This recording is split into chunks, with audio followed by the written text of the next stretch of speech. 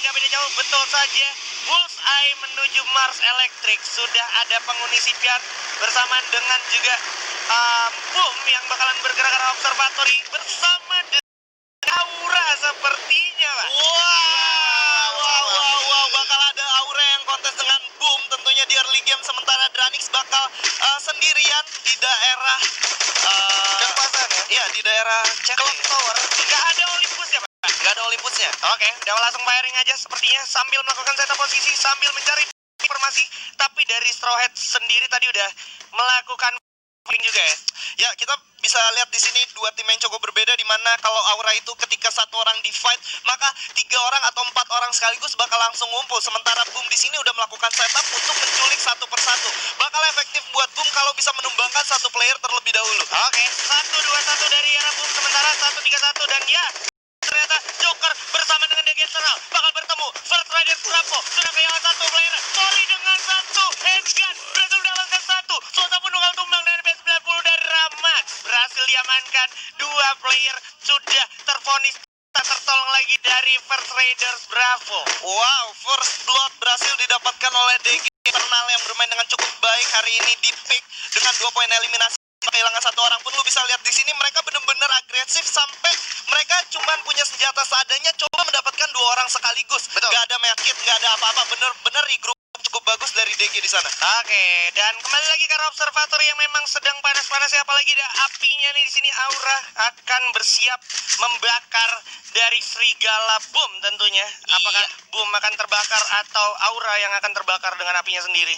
Ya, dan kita bakal menyaksikan di sini pembagian yang cukup baik, di mana Straw Hat bakal coba menjaga pergerakan dari sebelah kiri sendirian. Straw Hat dan juga Amex sudah cukup berdekatan, tapi Aura tidak mau melakukan unnecessary movement ya. Mereka benar-benar nahan, coba tahu dulu di mana posisi musuhnya, baru coba untuk menghajar kayaknya. Iya, ini dua hal yang benar-benar saling bersinggungan. Kayak siapapun yang bakalan cabut menarik diri duluan akan mendapatkan disadvantage. Karena memang akhirnya mereka pergerakannya tertrack, lootingan mereka juga masih minim, dan mereka sangat available banget untuk dikejar, Pak. Iya, dan di sini kita lihat gimana Nothing yang udah memimpin teman-temannya untuk bergerak naik atau mundur. Gue masih belum tahu ini. Pergerakannya cukup unik, di mana Nothing sendiri bakal menjadi scout untuk coba dapetin info tentang musuhnya. Yang lain bakal coba bergerak ke arah bawah.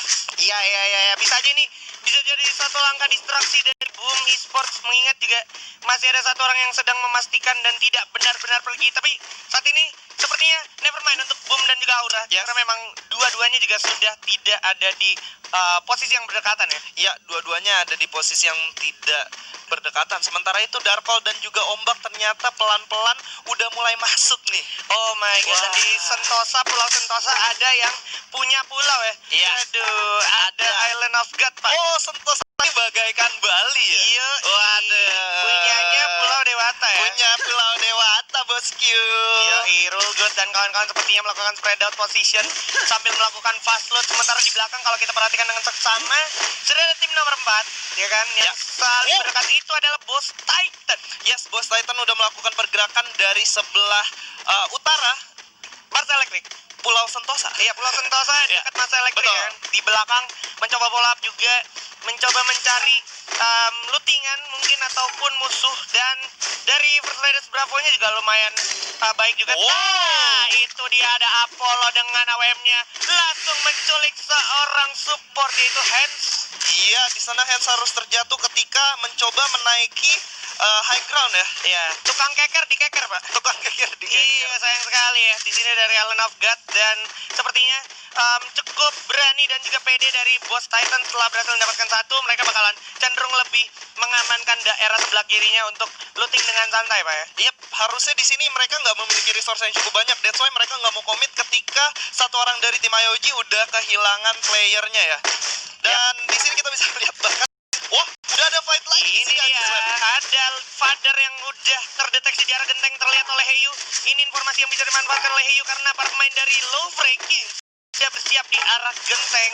Hati-hati ini Kapten. Kayak ngeri banget sih sama Boom. Dia benar-benar naik di atas, ada Aura, di bawah ada Louvre, kayak what? Gue kemana-mana selalu ada musuh gitu. Wow. Bisa jadi satu tantangan dan juga achievement tersendiri untuk Boom. Seandainya mereka menang dari fight, lootingan mereka gue yakin bakalan kaya banget, Pak. Oh, jelas, karena di sini benar-benar Louvre ngeloot dari daerah shipyard, lanjut ke Bullseye dan langsung ke sini. Dan bakal menjadi poin plus untuk Louvre yang kita ketahui di mana mereka selalu bermain dengan bounty. Yoi, ini dia bakal coba ditembak dulu dari arah belakang. Venom dengan satu M11-nya mencari posisi dengan pasti ke arah Bung di lantai 2 sepertinya udah terscout dengan pasti sambil mencoba flashing dan juga memberikan distraksi ya. Iya, memberikan distraksi tapi pergerakan dari Boom belum ada yang benar-benar menunjukkan kalau mereka akan agresif. Tentunya Louvre juga masih coba untuk mengetahui di mana letak posisi musuhnya. Ada Vader di sana yang udah pelan-pelan mulai masuk. Gitz juga udah mulai merapat muter. Yes, Venom juga udah muter. Ini bahaya banget kalau misalkan satu persatu keculik dari anak-anak Boom.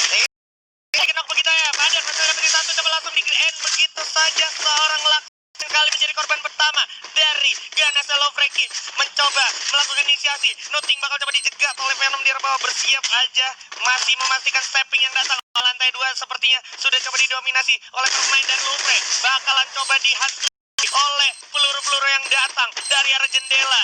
Seperti udah di stepping aja. Para pemain dari Boom sudah mulai terpojokkan, mulai maju ke depan. Terlihat ada di kamar terponis jika sering grenade banyak berbalik. Badan cukup berani. Tengah udah hilang Badan tapi Denzel dapatkan satu. Bakal malah ditabrak, dibuka, didobrak. Keluar yang ada. Para pemain dari Boom langsung turun. Coba langsung ke jam-jam. Denzel dapetin satu. Heyu. Strawweight berhasil dapetin satu juga. Ditukar begitu aja. Sementara ada posisi lain tapi yang terjadi sekarang adalah Boom harus kehilangan berapa dia harus lawan para pemain dari Lovreki.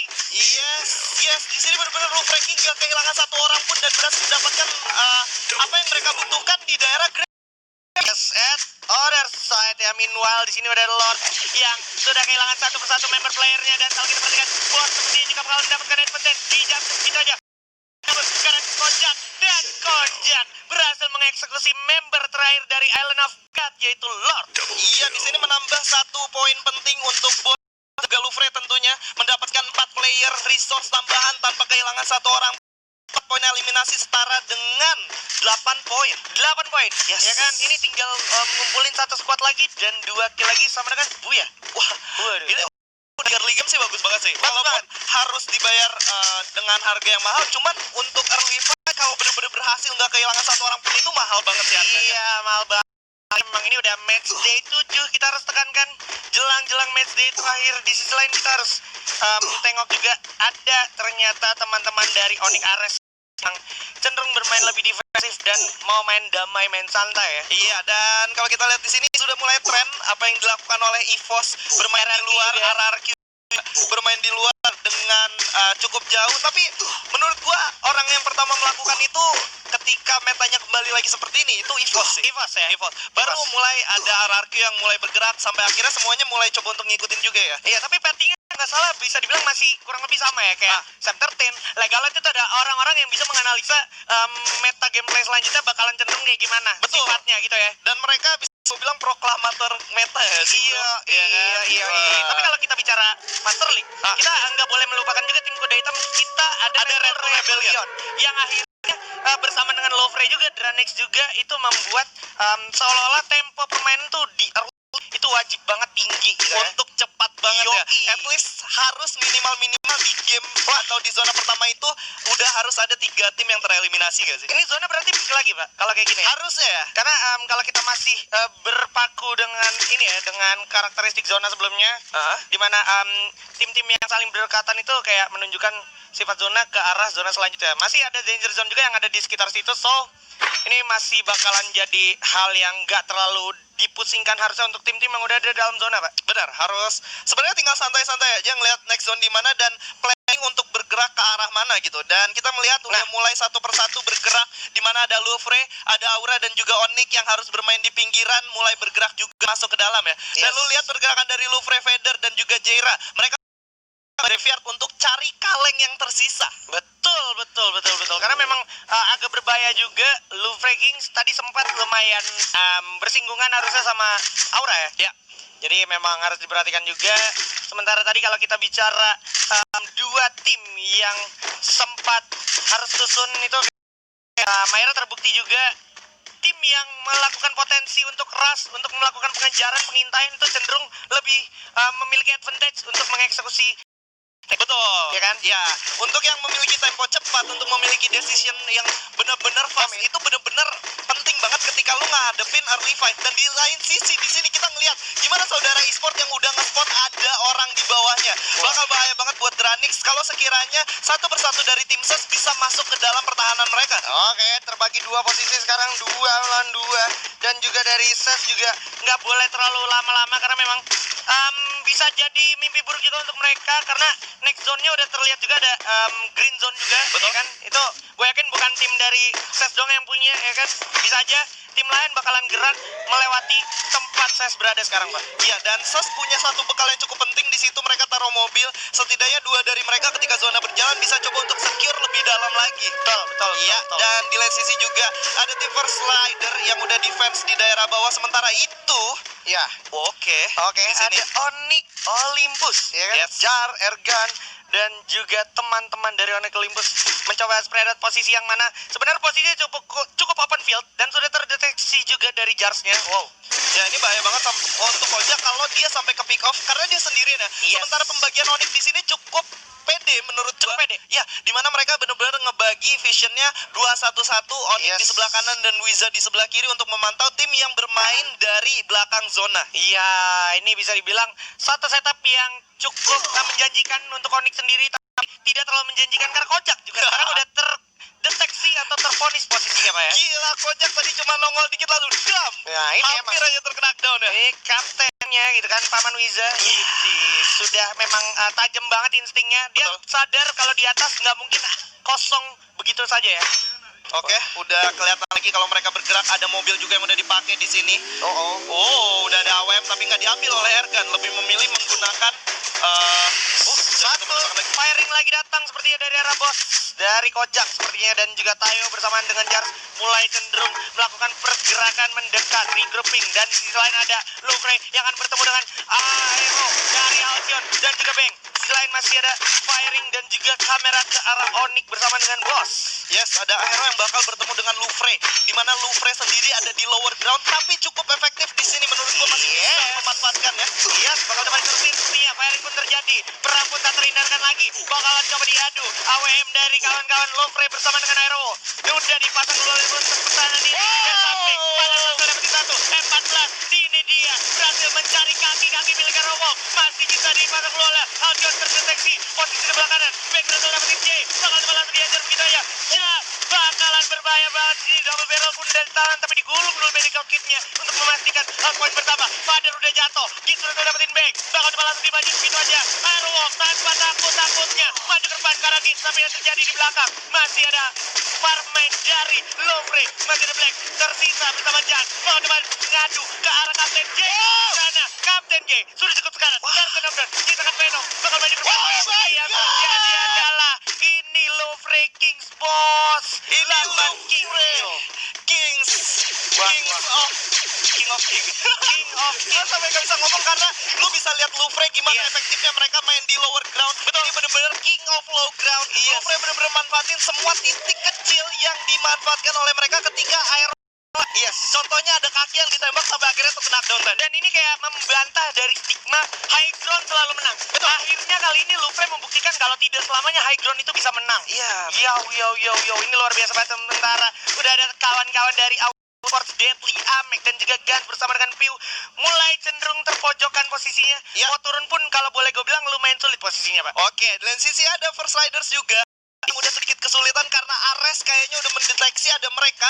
Mereka harus masuk ke zona dan gak ada apa-apa lagi di Itu depannya. dia, bakal ada ombak dan juga kawannya Darkol terdeteksi begitu saja, hanya bisa bertahan di balik pipa besar, dan ombak pun harus jatuh begitu aja. Masih coba di strafing oleh Darkol. Ada SKS, bakal coba dimajuin. Rainbow maju ke depan dengan PD-nya, dapat barrel di tangan, loncat, tembak. Itu dia, First Raiders Bravo harus tumbang begitu saja, tapi PR dari Onyx nggak sampai situ karena memang sakit banget naik ke zona berikutnya, Pak. Kojak pun berhasil dapetin Wizard di sisi lain. Dia bakal bertemu juga dengan Lofre. Wow, udah saling berdekatan. Onyx tanpa sadar. Kita bisa lihat Venom bakal coba menghancurkan kaleng yang udah disiapin dari bos. Wah, udah langsung dihancurin begitu aja. Sementara Bara bakal coba untuk di-revive terlebih dahulu. Dan ada pelontar dari seorang Onyx Blau di sana. Yes, bakal coba diterusin oleh Kojak. Berhasil dapatan Git begitu saja. Noten masih bersiap memantau teman-temannya. Rainbow terdeteksi. AM40 di tangan. Tapi tapi cukup sulit posisinya.